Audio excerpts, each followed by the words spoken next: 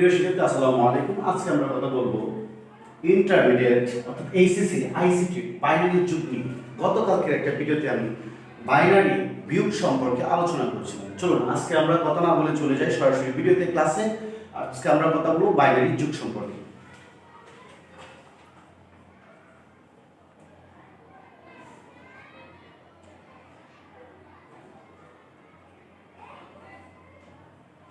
আমি এখানে কিছু ডিজিট নিলাম, অর্থাৎ এটাকে আমার বাইনারি যোগ করার জন্য বলছে।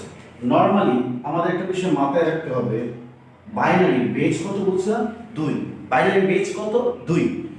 বাইনারি বেজ সংখ্যা যদি 2 হয়, এই দুই বিষয়টা কিন্তু আমাকে মাথায় রাখতে হবে সবসময়। অর্থাৎ যোগের বেলায় আমাকে কি করতে হবে?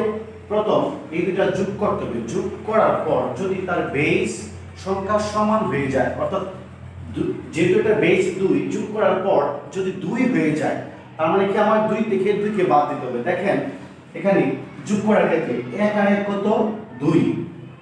তাহলে আমার যেহেতু 2 হয়ে গেছে, 2 তো বসানোর সিস্টেম নাই, তার মানে কি করতে হবে? আমার বেস সংখ্যা কি ছিল? 2। বেস সংখ্যা কি ছিল? 2। 2 থেকে 2 বিয়োগ করে, তাহলে 2 থেকে আমি 2 বিয়োগ করলাম, তার মানে কি 0। তার মানে কি পেলাম? 0।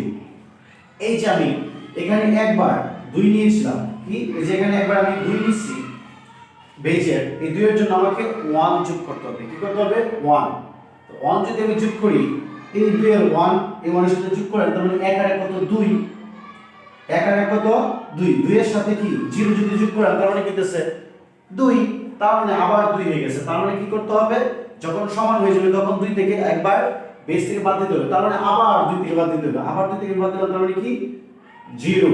তার মানে একবার বাদ দিলাম, 2 থেকে আবার 2 কি একবার দিলাম, আবার 2 এর কি যতবার যোগ করব ততবার 1 আনতে হবে। একবার যোগ করছি এই জন্য 1 যোগ করেন, তার মানে 0 এর সাথে 1 যোগ করলে 0, এখানে কি 1, 0 যোগ করেন, 1 এর সাথে 1 যোগ করলে কি হয়?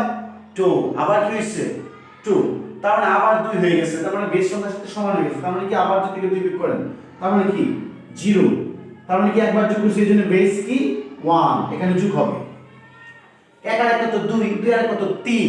এখন দেখেন 3 হয়েছে, তো সমস্যা কি হয়েছে?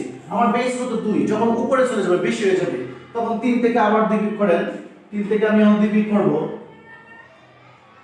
3 থেকে 2 বিয়োগ করলাম, তার মানে কত হয়? 1।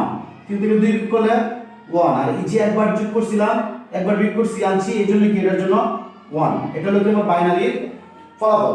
প্রিয় শিক্ষার্থী, আমরা আজকে একটা বিষয় যেটা জানবো সেটা হলো কি, দেখেন 5 7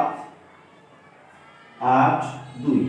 নরমালি এটাকে যদি বলে দশমিকে যোগ করার জন্য, যদি এটাকে বলা হয় দশমিকে যোগ করার জন্য, এটাকে যদি দশমিকে যোগ করার কথা বলি, আমরা কিভাবে করি? আমাদের ছোট সময় যখন সাপোজ এখানে